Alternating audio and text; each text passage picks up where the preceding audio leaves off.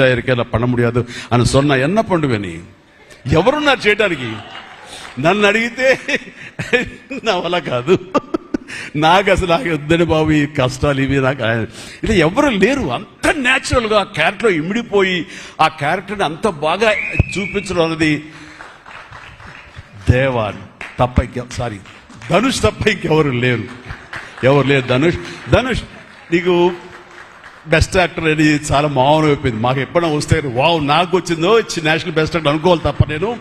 but నీకు ఇది మామూలు అయిపోయింది మళ్ళీ ముందస్తుగా నీకు అడ్వాన్స్గా చెప్పేస్తున్నాను నీకు కంగ్రాట్స్ నీకు బెస్ట్ యాక్టర్ అనేది ఖచ్చితంగా రావాలి లేకపోతే నీకు నేషనల్ అవార్డ్స్ అనేదానికి మళ్ళీ అర్థం లేదు బట్ అది నీకు ఇది మామూలే కానీ నీకు ఈ సినిమాకి వస్తే కనుక ఈ ఇందులో ప్రతి ఒక్కరికి ఇది గర్వకారణం అది డెఫినెట్ యూ విల్ విన్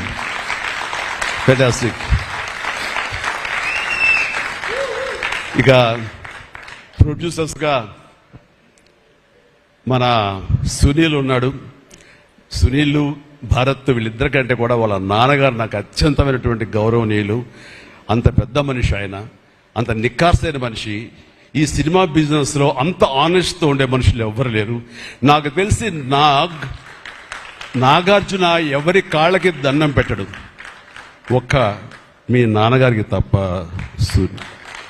ఆయన నాకు అంతే ఇష్టం నేను ఆయనకి అలాగే ప్రణామం చేస్తాను అంతటి ఇది ఆయనకు పుట్టిన బిడ్డలుగా ఆయన గౌరవాన్ని కాపాడుతూ ఆయన లెగసీని కంటిన్యూ చేస్తూ మీరిద్దరు ముందుకు వెళ్ళటం మీరే కాకుండా థర్డ్ జనరేషన్ జాన్వి కూడా అదే దాంట్లో వెళ్ళటం అనేది జరుగుతుంది మొన్న ఒక మాట అన్నావు చెప్పచ్చు కదా చెప్పనా ఓకే సార్ మళ్ళీ మాకు సినిమా చేయాలి సార్ మీరు వద్దులేవా మీరు అది రకరకాలు చేసుకుంటున్నారు కదా మళ్ళీ ఎందుకు అని సార్ మా నాన్నగారు మీ సినిమాలో డిస్ట్రిబ్యూట్ చేసి మేము బాగా డబ్బులు గడించాం సార్ అప్పుడు నైజాంలో మీరు అప్పుడు నైజాంలో మీ సినిమాలు అంటే నైజాం కింగ్ అనుకునేవాళ్ళం మేము ఆ తర్వాత మేము కొంచెం ప్రయత్నం చేసాం సార్ మాకు బాగా డబ్బులు వచ్చింది సార్ కానీ అల్లు అరవింద్ గారు ఇక్కడ పెట్టేసరికి మాకు అవకాశం లేకుండా పోయింది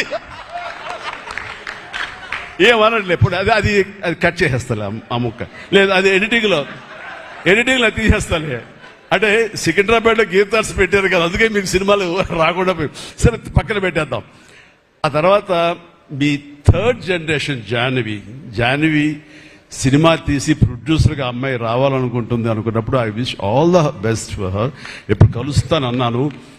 అదేదో మీరు ఇస్తే మీతోటి అమ్మాయి అడిగిన 3 జనరేషన్స్లో మా ఫ్యామిలీతోటి మంచి సంబంధం ఉన్నట్లు అవుతుంది అన్నారు పాప మీ నాన్న అడిగారు ఇంటికి వచ్చి చెప్పారు లేదు నాకు తెలియదు బట్ వీఆర్ డూయింగ్ ధనుష్ చేసిన ఛాలెంజింగ్ లాంటి క్యారెక్టర్స్ వద్దమ్మా ఫన్ ఓరియంటెడ్ మాస్ ఓరియంటెడ్ మనది సరదాగా గ్లామర్ ఇంతే ఓకే రైట్ సో ఈ రకంగా 3వ జనరేషన్ కూడా ఎస్ ప్లీజ్ ఈ లెగసీ ఇలాగే కంటిన్యూ అవుతుండాలి మీ ఫ్యామిలీ బాగుండాలి నాన్నగారు ఆశీస్సులతోటి అండ్ ఇలాంటి కుబేరా సినిమాలు మరి ఎన్నో సక్సెస్ఫుల్ సినిమాలు చేయాలి ఇందాక ధనుష్ అన్నట్లుగా మీ మొక్కల ముందు నవ్వు ఉండాలి ఇప్పుడు నవ్వు కొంచెం ప్లీజ్